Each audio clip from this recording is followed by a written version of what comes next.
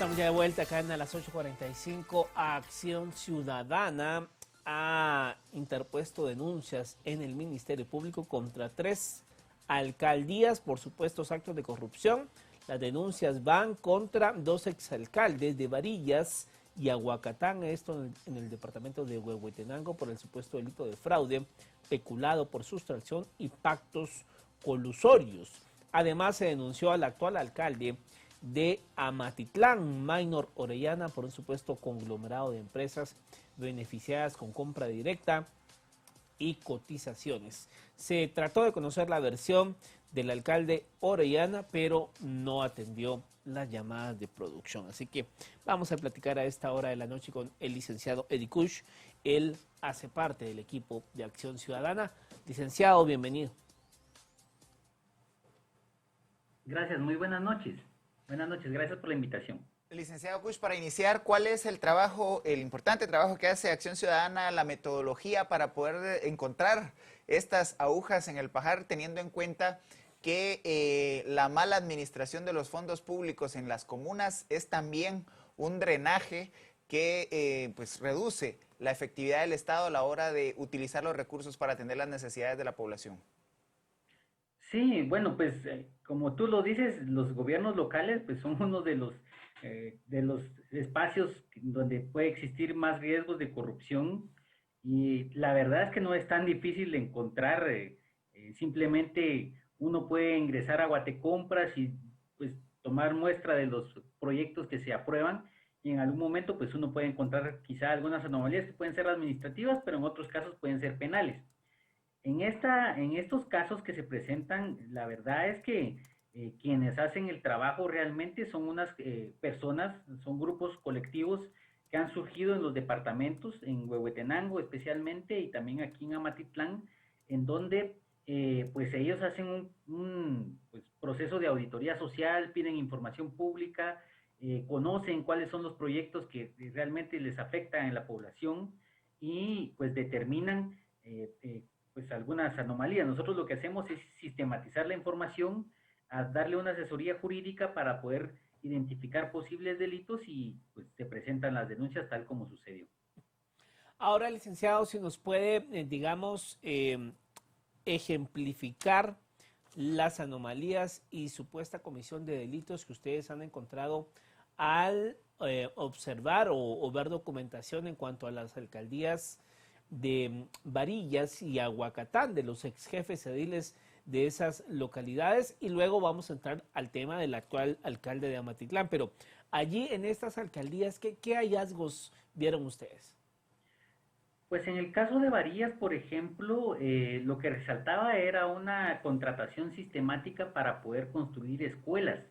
Desde el año 2016 la gente fue identificando varios concursos y varios eventos, y también a la construcción de algunas escuelas. Pues resaltaba el hecho de que en algunas escuelas habían precios en Guatecompras de miles de quetzales, que llegan hasta 900,000 quetzales, por ejemplo, algunos concursos, y otros concursos que tienen casi los mismos materiales, la misma mano de obra, que costaban 192,000 quetzales, por ejemplo.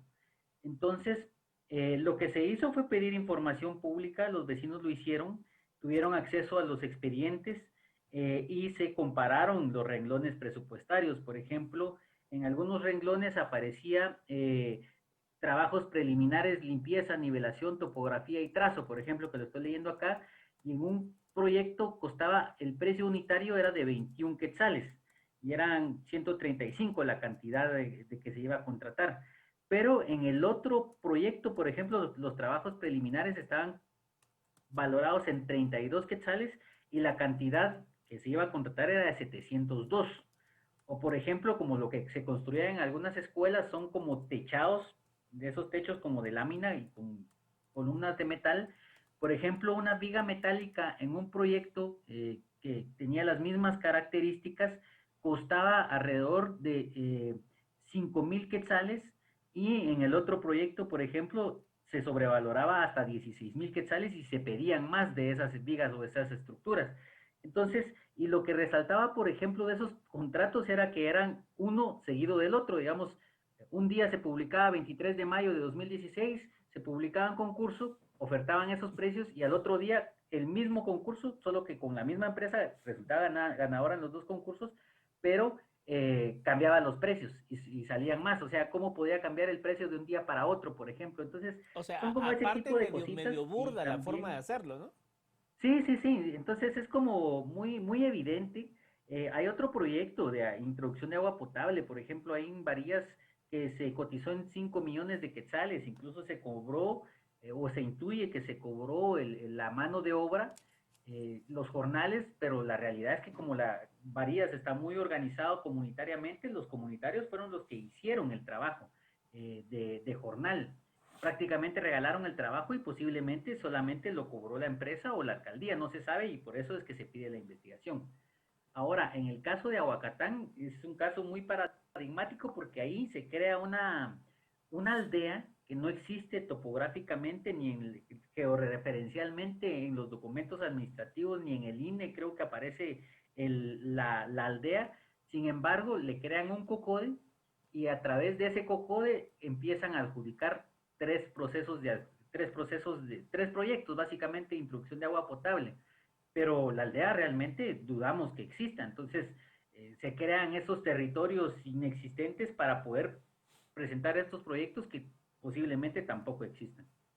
Licenciado Kush, en este caso, ¿qué pasó con la Contraloría General de Cuentas? Sabemos que la Contraloría no tiene la capacidad ni puede tampoco hacer una fiscalización universal, sino que recurre al tema de diseñar muestras y hacer una fiscalización por muestreo. ¿Tienen ustedes evidencia si la Contraloría operó algún tipo de fiscalización en estas comunas?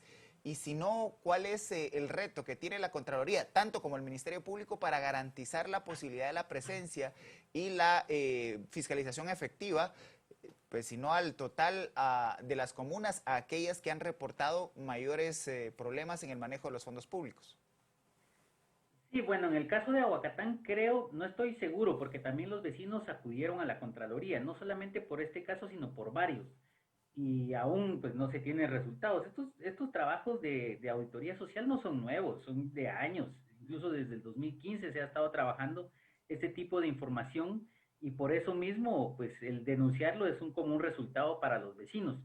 Lo que sí puedo decir es que la Contraloría ha sido totalmente ausente. Los gobiernos locales entendemos que es un universo muy grande, son 340 comunas, por ejemplo, cada una tiene varios proyectos cada año, pero hay algunos proyectos que sí resultan evidentes. En este caso, ni siquiera fue difícil para los vecinos ni para nosotros identificar las anomalías.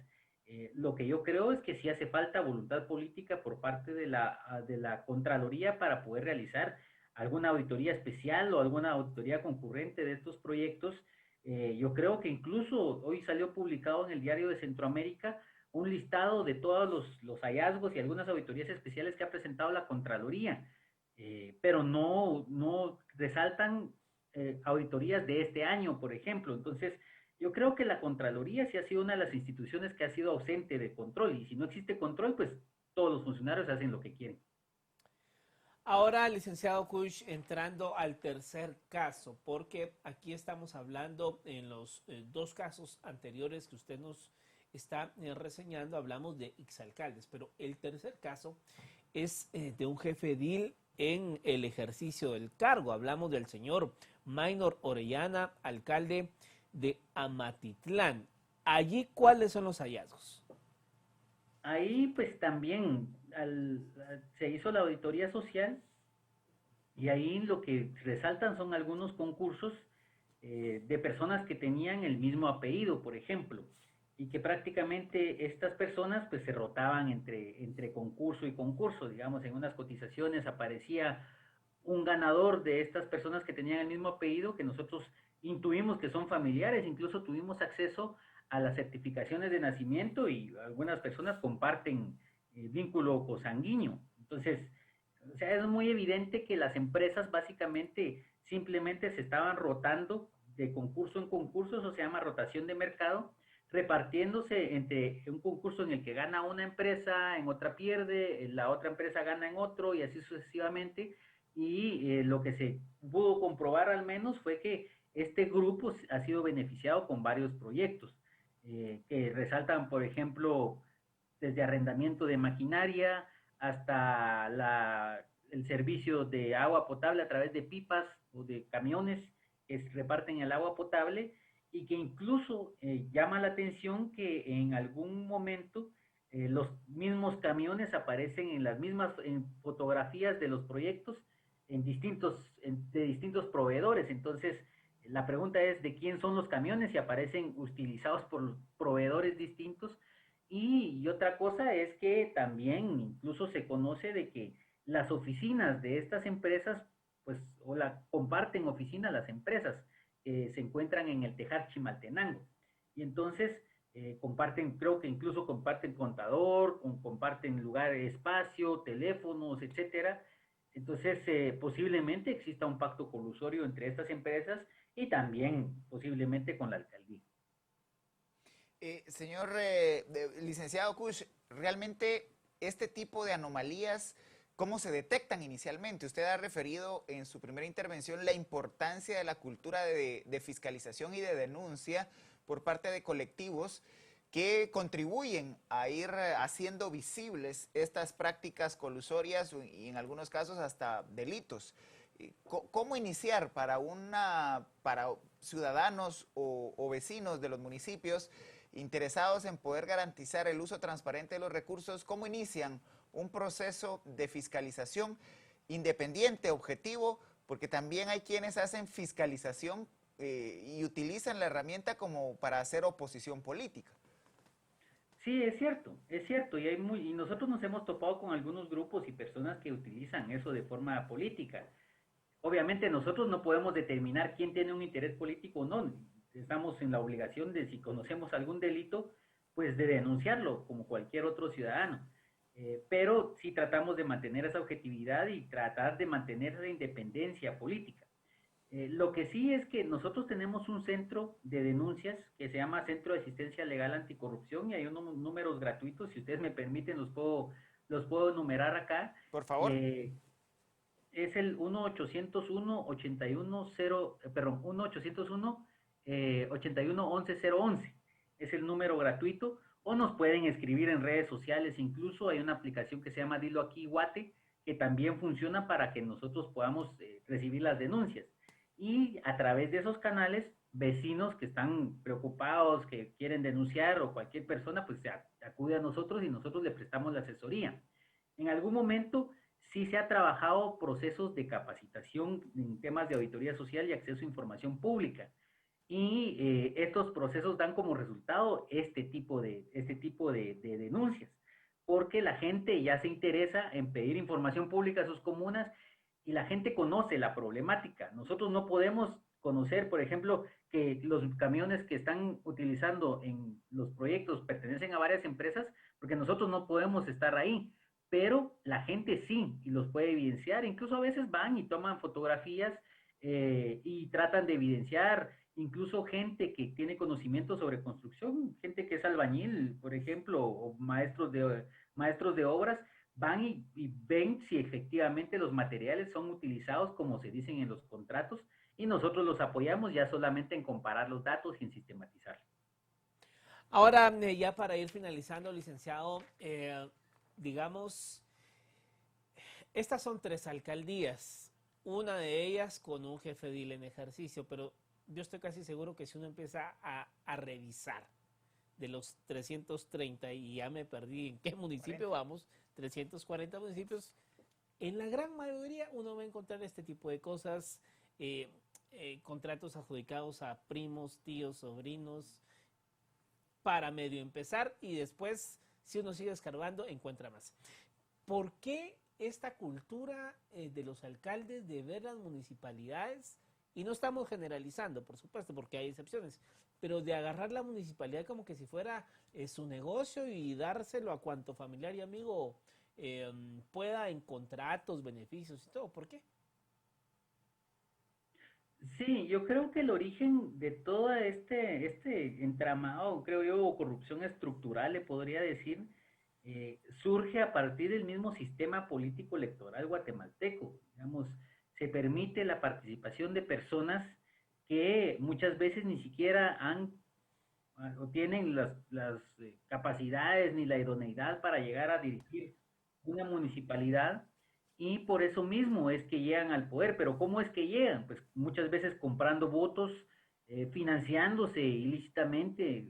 El financiamiento ilícito es clave en este sentido y como no hay controles, entonces los alcaldes llegan y ese mismo problema tenemos con el Congreso, que está, todos ya conocemos cuál es la situación en el Congreso, o incluso hasta en la presidencia. Entonces, yo creo que ese es un punto principal que creo que hay que renovar. Aparte de ello, que los controles son inexistentes, digamos, si la Contraloría General de Cuentas verdaderamente sancionara, los alcaldes tendrían por lo menos esa prevención de evitar esas malas prácticas, pero como no pasa nada, ni el Ministerio Público también hace algo. Nosotros tenemos casos de 5 años o más en el Ministerio Público, en la Fiscalía contra la Corrupción, y pues los casos no avanzan a pesar de que uno llega al Ministerio Público, le da seguimiento, se reúne con los fiscales, las diligencias se tardan, están entre un dimes y dirás entre la Contraloría y el Ministerio Público que se solicitan las auditorías. Entonces no hay ningún tipo de sanción y por lo tanto los alcaldes, pues, los que tienen ese propósito de agenciarse de los recursos públicos, pues hacen lo que quieren prácticamente, se ríen de las auditorías cuando existe un hallazgo. Eh, Licenciado Kush, realmente el tema despierta mucho interés precisamente porque el mal uso de los recursos en los municipios hace que no se atiendan las necesidades más urgentes por los gobiernos más cercanos a la población, que son las comunas. ¿Cuál es su mensaje y su llamado a la ciudadanía para poder pues, involucrarse y participar de estos procesos de fiscalización y desarrollar una cultura de denuncia en el país? Yo creo que el ejemplo más claro es los denunciantes que vinieron de Huehuetenango, de Amatitlán también, especialmente los vecinos de Varías, o sea, son más o menos 8 o 9 horas de camino, vinieron con sus propios recursos, con toda la intención de denunciar. Ellos mantienen un proceso de auditoría junto a otros colectivos allá en Huehuetenango, me parece muy interesante lo que se está haciendo y que demuestra que no solamente es la protesta y la manifestación la que se está manifestando en contra de la corrupción, digamos que es un fenómeno que está sucediendo a nivel social en el país y que hay varios grupos que están trabajando en este tema. Entonces yo os invito a la ciudadanía, frente a la ausencia de los entes de control como el Ministerio Público, la Contraloría General de Cuentas, solo le queda a la población hacer la fiscalización y todos tenemos derecho a la auditoría social, es un derecho constitucional, igual que el acceso a información pública. Entonces hacer la invitación a que se haga auditoría social, que se fiscalice y en el caso que surjan casos de corrupción, pues que se denuncien. Y nosotros estamos dispuestos a apoyarlos. Bueno, muchas gracias, licenciado Eddie Kush de Acción Ciudadana, por haber estado esta noche con nosotros. Gracias a ustedes, feliz noche, que descansen. Bueno, Cristian, un tema que pasa y lo hemos hablado también esta semana acá, que fue la semana en donde se conmemoró el Día Internacional contra la Corrupción, también es un tema de cultura. Los ciudadanos a veces paramos viendo como héroes o como el más pilas al político corrupto, a las personas que se saltan las leyes y hacen triquiñuelas ahí. O sea, es también responsabilidad del ciudadano el no permitir que estas cosas ocurran, ¿no? Y es que, como decía el licenciado Kush, hay a veces cosas tan evidentes, burdas inclusive, en donde uno mira palpablemente cómo se están mal utilizando los recursos de los municipios, de las comunas. Cuando uno como vecino empieza a ver que hay demasiada recurrencia de algún tipo de obra pública que no responda a necesidades reales y concretas y que al final no resuelva una problemática real, uno empieza a dudar. Y yo lo pongo el ejemplo claro, que en mi aldea ahora les agarró la moda de los túmulos. Y entonces empieza a haber una cantidad de túmulos innecesarios, pero que pues pueden levantar alertas. Ahí, pueden levantar alertas. No estoy haciendo ninguna, digamos, acusación directa, pero uno empieza a ver que cuando no se respeta que cada 500 metros haya un túmulo, que cuando no se respeta la norma que rige esto, y al final que la respuesta pública no resuelve un problema concreto, ahí es en donde uno tiene que empezar se encienden las luces de alerta, ¿no? Encender las alarmas. Bueno, gracias, Cristian. Nos vemos la próxima semana. Ustedes en casa tengan un buen descanso.